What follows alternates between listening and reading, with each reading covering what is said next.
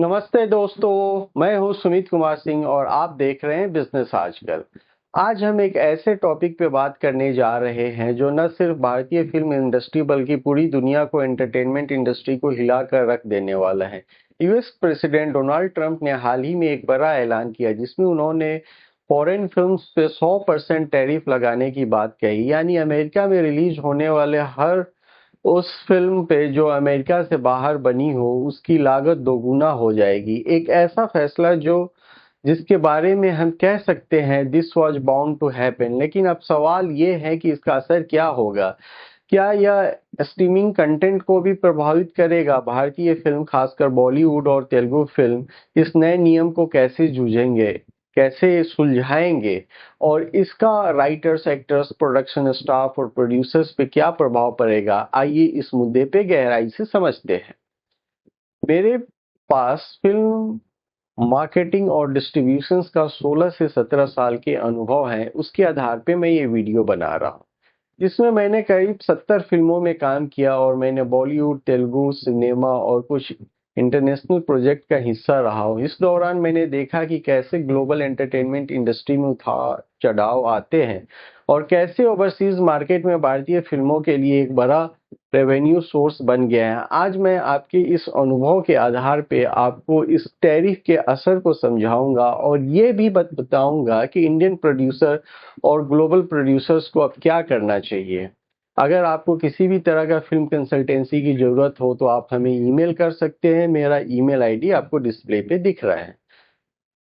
Trump के फैसले का असर क्या होगा? डोनाल्ड ट्रंप ने अपने ट्रुथ सोशल प्लेटफॉर्म पे इस टैरिफ की घोषणा करते हुए कहा कि अमेरिकन फिल्म इंडस्ट्री जैसे कि डाइंग हो रही है। उनका मानना है कि दूसरे देश जैसे Bharat, Canada, UK tax incentive और सब्सिडीज देकर अमेरिकन फिल्म मेकर्स को अपनी ओर आकर्षित कर रहे हैं। ट्रंप ने इसे नेशनल सिक्योरिटी थ्रेट तक कह दिया। कहा कि फॉरेन फिल्म्स में प्रोपेगेंडा और मैसेजिंग होता है जो अमेरिका के लिए खतरा है। उनका मकसद है we want movies made in America again. लेकिन यह सचमुच में अमेरिकन फिल्म इंडस्ट्री को बचाने का एक तरीका है? मोशन पिक्चर एसोसिएशन के एक रिपोर्ट के मुताबिक 2023 में अमेरिकन फिल्म इंडस्ट्री में 22.6 बिलियन डॉलर का एक्सपोर्ट किया, जो इससे इंपोर्ट से 3 गुना ज्यादा है। यानी अमेरिका फिल्म ग्लोबल मार्केट्स में अभी भी छाई हुई है। फिर ये टैरिफ क्यों? मेरे हिसाब से ये एक प्रोटेक्शनलिस्ट मूव है जो हॉलीवुड को और मजबूत करने की कोशिश तो करता है, लेकिन इसका उल्टा भी असर पड़ सकता है। अब बात करते हैं इंडियन फिल्म इंडस्ट्री पे इसका क्या असर होगा। भारत में फिल्म इंडस्ट्री दुनिया की सबसे बड़ी इंडस्ट्री में से एक है।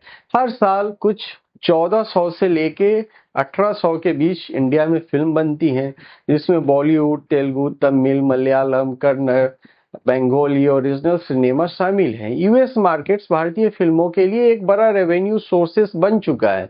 2023 में भारतीय फिल्मों ने अमेरिका में करीब 20 मिलियन डॉलर की कमाई की थी, जो ट्रिपल आर, जवान, पठान की हाल ही में छावा जैसे फिल्मों की वहां बॉक्स ऑफिस पे भी धमाल मचाया। खासकर तेलुगु फिल्म तो अमेरिका में जबरदस्त डिमांड पे रहते हैं और इस गए सालों में रहे भी है। लेकिन अब 100% टैरिफ के बाद क्या होगा?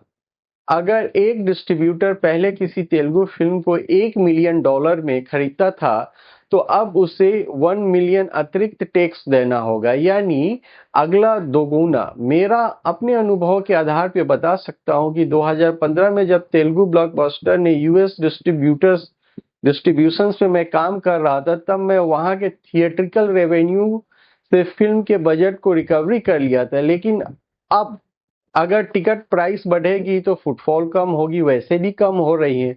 अगर $10 की अगर वहां पे टिकट को अगर $20 में अगर किसी को आप बोले खरीदना पड़े तो फिर उनके लिए भी एक क्वेश्चन मार्क आएगा। तो ग्लोबली अगर देखा जाए तो entertainment industry is down. Bollywood की बात करें तो इसका इंटरनेशनल फुटप्रिंट धीरे धीरे बढ़ रहा है। यूके, गल्फ कंट्रीज और सिंगापुर जैसे मार्केट्स में हमारी फिल्में अच्छे बिजनेस करती हैं, लेकिन तेलुगु सिनेमा के लिए यूएस एक कोर मार्केट है। महेश भट्ट ने भी भारतीय फिल्म के रिनोन प्रोड्यूसर्स हैं और बहुत सारे लोगों ने इस पे क्वेश्चंस मार्क उठाया है।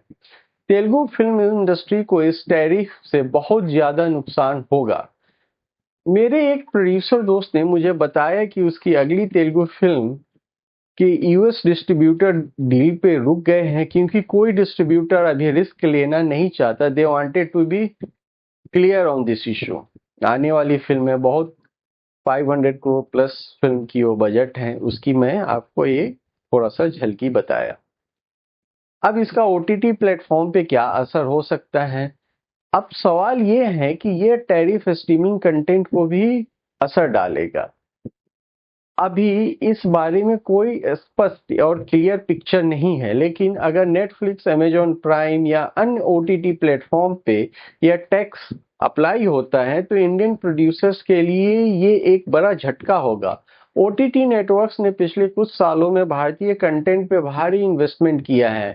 ट्रिपल आर और बाहुबली जैसे फिल्मों को ग्लोबल ऑडियंस तक पहुंचाने में स्ट्रीमिंग प्लेटफॉर्म्स का एक बड़ा योगदान रहा है। लेकिन अगर ओटीटी प्लेटफॉर्म्स को भी 100% टैरिफ देना पड़े तो वो इंडियन कंटेंट में अपने इन्वेस्टमेंट कम कर सकते हैं। इसका सीधा असर राइटर्स, एक्टर्स और प्रोडक्शन स्टाफ पे पड़ेगा। मेरे एक राइटर दोस्त ने मुझे बताया कि ओटीटी प्रोजेक्ट्स की वजह से सैलरी में पिछले 5 सालों में 20 से 30% की बढ़ोतरी हुई थी उसकी, लेकिन अब बजट कट्स की वजह से फ्रीलांस राइटर्स को पहले जैसी फीस नहीं मिल रही। ऑलरेडी बजट 30 to 40% डाउन हो गया है मेकिंग का, क्योंकि globally entertainment industry is down. Writer, actors और प्रोडक्शन स्टाफ पे असर पड़ रहा है। इंडियन फिल्म इंडस्ट्री में राइटर्स हमेशा कम वैल्यूड रहे हैं। ओटीटी बूम ने उन्हें कुछ राहत दी थी, लेकिन अब बजट कॉन्स्ट्रेंट की वजह से राइटर्स फी फिर से कट रहे हैं। मेरे एक स्क्रीन राइटिंग दोस्त ने कहा, पहले एक वेब सीरीज के लिए मुझे 10 से 12 लाख रुपए मिलते थे, लेकिन अब प्रोड्यूसर 6 से 8 लाख में काम कराना चाहते हैं क्योंकि वेब सीरीज में मल्टीपल राइटर्स होते हैं। एक्टर्स की बात करें तो बिग स्टार्स की फी अभी भी ऊंची है, लेकिन मिड टियर एक्टर्स और सपोर्टिंग कास्ट की फी में कटौती शुरू हो चुकी है। प्रोडक्शन स्टाफ जैसे कि सिनेमेटोग्राफर, एडिटर, वीएफएक्स आर्टिस्ट भी बजट कट्स का शिकार हो रहे हैं। फिक्की ईवाई रिपोर्ट के मुताबिक 2024 में भारत के एनिमेशंस और वीएफएक्स सेक्टर में 9% की गिरावट आई है। अगर यूएस मार्केट से रेवेन्यू कम हुआ तो ये डाउनफॉल और बढ़ेगा, क्योंकि यूएस एक बहुत बड़ा मार्केट है इंडिया के लिए। अब इसके ग्लोबल एंटरटेनमेंट इंडस्ट्री की क्या हालात हैं, इस पे अगर बात करें, ये सिर्फ भारत की बात नहीं है। ग्लोबल एंटरटेनमेंट इंडस्ट्री भी मुश्किल दौर से गुजर रहा है। बॉक्स ऑफिस मोजो के डेटा के मुताबिक 2024 में Hollywood films world wide collection 24.8 billion dollar थी, जो पिछले साल 26% कम है। हॉलीवुड की मैं बात कर रहा हूँ, 26% कम। पेंडेमिक, राइटर स्ट्राइक्स और ऑडियंस शिफ्ट की वजह से थिएटर रेवेन्यू कम हुआ है। लोग अब OTT platforms, even in US पे ज्यादा कंटेंट देख रहे हैं। ट्रम्प का यह टैरिफ हॉलीवुड को नुकसान पहुंचा सकता है। शेखर गुप्ता ने सही कहा है कि हॉलीवुड फिल्म्स का 75% बॉक्स ऑफिस इंटरनेशनल मार्केट से आता है, जो कि सत्य है, आज भी वो फैक्ट है। अगर भारत, चीन जैसे देश रिटेलिटरी टैरिफ्स लगाए तो हॉलीवुड को भारी नुकसान होगा। मेरे हिसाब से ये टैरिफ एक डबल एज स्वर्ड की तरह असर कर सकता है अगर ट्रम्प की यही पॉलिसी कंटिन्यू होता है तो। इसका अगर फ्यूचर इम्पैक्ट क्या होने वाला है, तो इंडियन प्रोड्यूसर और ग्लोबल प्रोड्यूसर्स को अब क्या करना चाहिए? मेरे हिसाब से कुछ स्ट्रेटेजी है जो अगर आप अप्लाई करना चाहें, अगर आप प्रोड्यूसर्स हैं, कंटेंट मेकर हैं, अगर आप देख सकते हैं तो आप अप्लाई कर सकते हैं। Diversify your market, US market पे डिपेंडेंसी कम करना होगा। गल्फ, यूके और साउथ ईस्ट एशिया जैसे मार्केट्स में इंडियन फिल्म्स की डिमांड में बढ़ रही है। मेरे अनुभव में गल्फ कंट्रीज में तेलुगु, तमिल फिल्म्स का फैन बेस बहुत बड़ा है। बिकॉज ऑफ माइग्रेशंस, तो वहाँ पे डिस्ट्रीब्यूशंस पे ध्यान देना चाहिए इंडियन प्रोड्यूसर्स को। Focus on OTT. अगर थिएटिकल रिलीज महंगे हो जाएंगे तो प्रोड्यूसर को डायरेक्ट टू स्ट्रीमिंग रिलीज पे ध्यान देना है, जो कि दे भी रहे हैं। नेटफ्लिक्स और प्राइम वीडियो जैसे प्लेटफॉर्म सभी भी इंडियन कंटेंट में इंटरेस्टेड है। Let's see what's happen next. Cost optimization सबको करना होगा from top to bottom. Budgets और इफिशियंसी पे काम करना होगा। बिग स्टार फीस की जगह कंटेंट ड्रिवन फिल्म्स पे इन्वेस्टमेंट करना होगा। मेरे एक प्रोड्यूसर दोस्त ने हाल ही में एक लो बजट फिल्म बनाई जो ओटीटी पे हिट हुई। He had made in Indian rupees terms, he has made within 3 crore and he has gained a good amount, good deal from the OTT platform. Indian film industry को एकजुट होकर US government के साथ talk शुरू करना चाहिए। बहुत सारे फिल्म फेडरेशन है इंडिया को एक साथ मिलकर करना चाहिए। प्रोड्यूसर गिल्ड हो गया, फिक्की जैसे संगठनों को आगे आना होगा और उनको गवर्नमेंट के साथ लॉबिंग करनी होगी। कुछ प्रोड्यूसर यूएस में लोकल प्रोडक्शन हाउस के साथ को प्रोडक्शन शुरू कर सकते हैं ताकि टैरिफ से बचा जा सके।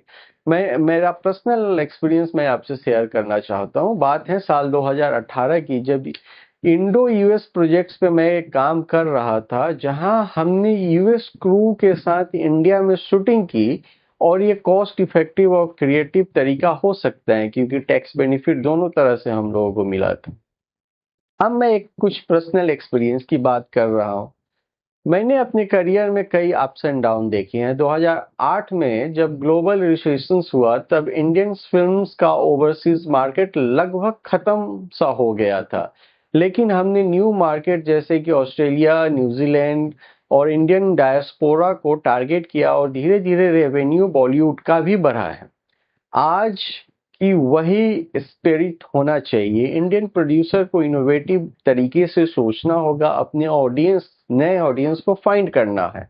मुझे याद है 2016 में मैं एक तेलुगु फिल्म की यूएस रिलीज पे काम कर रहा था। हमने फैन स्क्रीनिंग, फैन का जो स्क्रीनिंग, फैन बेस स्टार, बहुत बड़े तेलुगु स्टार थे, और कम्युनिटी इवेंट्स को ऑर्गेनाइज किया जिसमें वर्ड ऑफ माउथ बढ़ी और फिल्म ने $2 मिलियन 2016 में इनकम किया। लेकिन अब टैरिफ की वजह से ऐसा इवेंट्स मुश्किल सा लग रहा है। फिर भी मेरा मानना है कि इंडियन सिनेमा को स्टोरी टेलिंग और कल्चरल अपील को इतनी मजबूत है कि वो इस चैलेंजेस को पार कर पाएगा, because we focus more on the family drama जो कि वर्ल्ड को पसंद आती है। तो दोस्तों, ट्रम्प का ये 100% टैरिफ भारतीय फिल्म इंडस्ट्री के लिए एक बड़ा सेटबैक है, लेकिन ये अंत नहीं है। हमें न्यू स्ट्रेटेजी, न्यू मार्केट्स और न्यू टेक्नोलॉजी को अपनाना होगा। बॉलीवुड, तेलुगु सिनेमा और पूरी इंडियन फिल्म इंडस्ट्री ने पहले भी कई चैलेंजेस का सामना किया, लेकिन हर बार हम और मजबूत होकर उभरे हैं। प्रोड्यूसर्स को अब यूनाइट होना होगा अक्रॉस इंडिया। राइटर्स, एक्टर्स और प्रोडक्शन स्टाफ को सपोर्ट करना होगा क्योंकि producer are really facing a big challenge. और सबसे जरूरी, हमें अपने स्टोरीज को ग्लोबल ऑडियंस तक पहुंचाने के लिए क्रिएटिव वेज ढूंढना होगा। बिजनेस आजकल के तरफ से मैं आपसे यही कहूंगा, स्टे इनोवेटिव, स्टे रिसिलिएंट। अगर आपको ये वीडियो पसंद आया तो लाइक, शेयर और सब्सक्राइब करना ना भूलें। कमेंट सेक्शंस में बताएं आपको आज का कंटेंट कैसा लगा। मैं सुमित कुमार सिंह फिर मिलूंगा एक नए टॉपिक के साथ। बिजनेस आजकल को फॉलो करना मत भूलिएगा। तब तक नमस्ते, जय हिंद।